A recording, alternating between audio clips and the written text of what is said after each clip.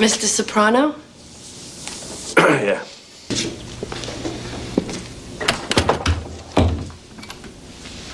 Have a seat.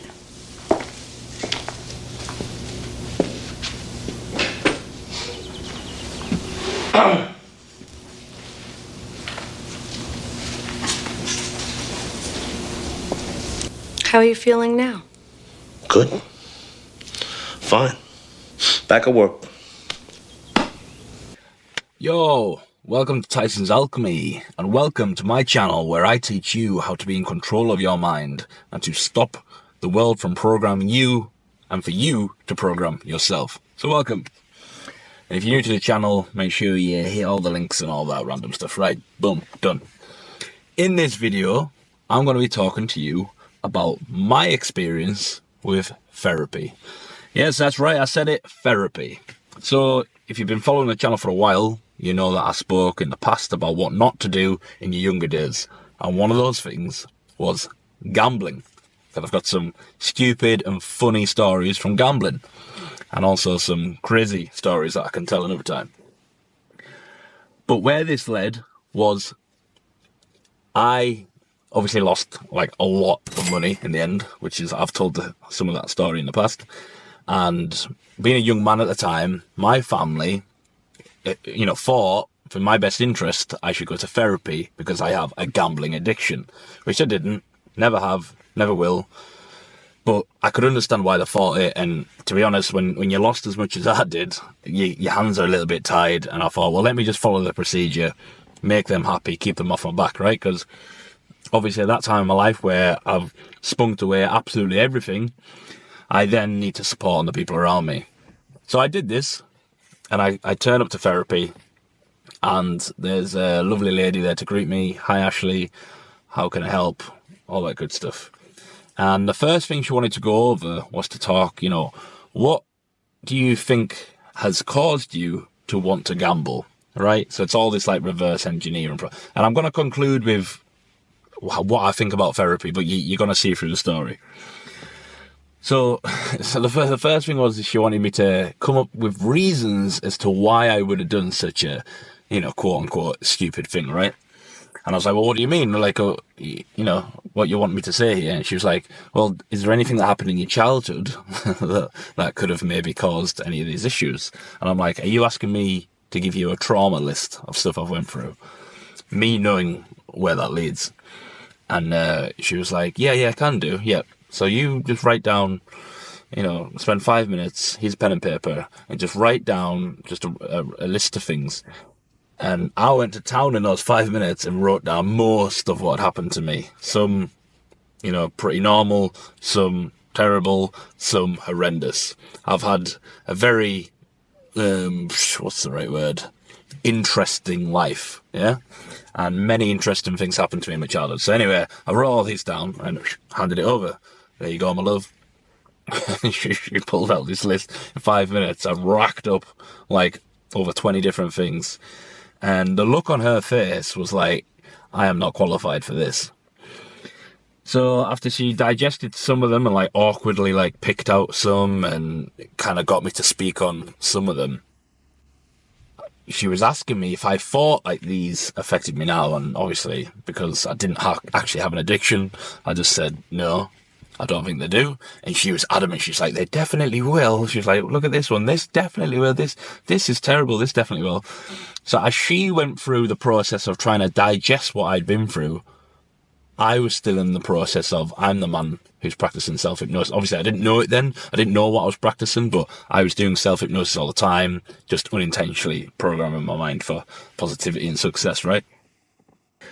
So I get through this first session, because it's an introductory session, and she asked me to elaborate on, she says, go away and write a little bit more on some of these events that you think may have led to some of the issues you've got now, which was gambling addiction, quote unquote, which I didn't have. So I'm going through the motions, and anyway, I leave, go back to what I'm doing, beast in the gym. I've got no money at this point, so I'm hustling again, getting money, right? I come back from my next session, and we go through into detail about some of these quote unquote traumas. I call it alchemy, but whatever. And she's getting upset, she's getting emotional, at me explaining what's happened. Some dark, twisted stuff. And I'm like, this is the therapist that's supposed to be, I don't know, guiding me into recovery. And she's getting not very upset. She's getting emotional, right? Her voice is starting to quiver. She had to wipe her eyes at one point. And she then says, is there anything that you're doing to combat these? How do you deal with this on a day-to-day basis? And I'm like, well, what do you mean? I go to the gym. And she's like, oh, that's great. You go to the gym. I was like, I play football. I'm currently trying to be a footballer. Oh, that's great. I go to university. Oh, wow, that's great. I've got a girlfriend. Oh, that's great. I've got a good relationship with my family, blah, blah. And she's looking at the list going, well, have you? And I'm like, yep. And she couldn't work out how someone that had been through all the stuff on the list could still be a functioning, or high functioning, for that matter, man, right? She couldn't put it together, and she was convinced that there must be a chink or something must be breaking. And, I went on to explain to her that I have systems in place. And one of those systems was my music playlist. And I was like, well, this is what I do. If I'm going through something, I will never, ever listen to something negative. And she was like, what do you mean? I was like, well, I don't, as I've said in previous videos, I won't listen to Adele. I won't listen to like sad, slow music that would make me feel in those emotions, right? Because I'm aware of what I went through. I don't pretend it didn't happen, but I don't need to seep myself into those emotions. I don't need to relive them. I've lived them. So why would I go back and feel these negative emotions, sadness, trauma, all this shit that a lot of people go through, right? I was just lucky to go through a lot all at once, which led to all my mighty superpowers. But she was kind of bamboozled at this. She was like, I've never heard of anyone reject certain types of music. She's heard of people that reject genres of music because they don't like it, rock, pop, R&B, whatever it is, and they have favourite types. But she's never heard of anyone that outright rejects slow, low frequency or sad music because, she just said, well, Adele's a great singer, do you never? And I was like, she's a great singer. I've heard her, and I decided, no. Heard it, great voice, but not for me, bang, never again. Right? And have I heard Adele sing before or since on the radio and stuff like that in passing? Of course I have, and I don't hear it and melt like the wicked witch that gets water thrown on her, you know what I mean? That's not what happens, but I just choose my own programming, which is what you can do as well. So again, she's sitting there and she's, I'm looking at it, she's obviously never dealt with this before. And she's like, wow, that's amazing. She gets to the end of the second session and she's adamant and convinced that the systems I have in place means that I will never need therapy. She basically said, you've got so much in place, you're a high functioning male, you don't need therapy. And she just said, good luck, you don't need to come any further. And I ended up seeing her at the gym, I think it was like a month later, and she asked me how I was getting on, blah, blah, have you been gambling again? I was like, no, I haven't been gambling because I didn't have a gambling addiction. She just laughed. And she said that I inspired her to fix up her music playlist, and now she rejects certain types of music so basically I opened up her mind. So I went to therapy as someone that needed help, apparently, but I refused that notion. And I ended up seeing her a month later, and she told me that I'd helped her open her mind up to the fact that she might be getting programmed and that she should be more aware of her music choices. So anyway, where am I going with this? This is my view on therapy. And obviously it's a bit of a hot take. Most people aren't going to like it. But this is coming from someone that is surrounded by people in his family with depression, right? Anxiety. My experience of therapy is this. I don't feel any need to delve into or talk about my negative emotions. Am I human? Yes. Do I feel negative emotions? Yes. But do I quickly utilize them, because they're there, into something productive? Yes. If I'm angry, I'll use it at the gym. If I'm sad because I lost a loved one, I will channel that into being motivated, into making them proud. I instantly use it. It's all energy. Your emotions are energy. And if you let it fester and let it walk around in your head over and over and over again, it's to my belief that does not serve you. Okay? We have this powerful thing called imagination and thoughts, and we can use it to our advantage. But when you're just festering in emotions and sadness and wallowing and self-pity, all that power, that magic, doesn't get used. or it does get used, but in the wrong direction. You're letting it consume you, and I've spoken about in the past. Use it, wrap it up, and point it, and steer your energy in a direction that you want to go. So for me, therapy was a complete waste of time. I mean, nothing's a waste of time. You learn lessons, right? I'm not going to say that. But I basically just validated what I already knew, what I already believed in myself. So in a previous video, I talked about programming my own DNA to change it. So it wasn't this depression route like my dad predicted and that my mum's side of the family has, right? So I knew that therapy wouldn't work. I went just to please my family, but I knew that festering in negative emotions was never going to be the right thing to do. And there is now studies coming out that, you know, some people, maybe is it right wing or left wing of the therapy world, are now saying that, you know, the more we lean into and talk about these sad events, the more our mind is consumed with it. So I consume my mind with work I need to do, with family, with love, with positivity, with comedy, and trying to inspire you guys and girls that might be watching this video. That's what I consume my mind with. Trying to be the best version of myself, trying to bring light and love to the world, as cliche as that sounds. Because if I'm consumed in my negative emotions, I can't do that. I can't be the light. There might be someone watching this right now that's actually struggling, and this message hopefully will help them. You don't need that. All you have to do is figure out how to control and program your own mind, and you can do it.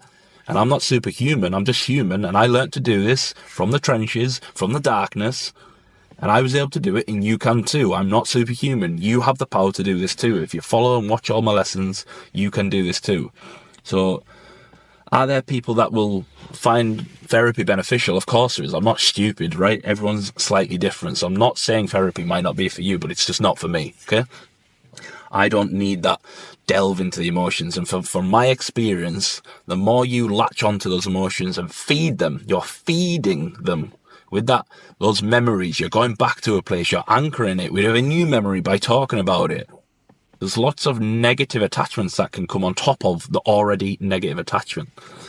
So my advice would be to use the self-hypnosis techniques and to channel your emotions and make a story about yourself if you have to. Like, this is the hero's journey and this is what you're going through, but you are still meant for more. You are destined for greatness, because you could be. There's a multi-dimensional verse out there, and there's a version of you that's absolutely rocking it and killing it and doing well and super successful. And they went through the traumas that you're going through right now, or the difficulty you're going through, but they found a way, and you can find a way.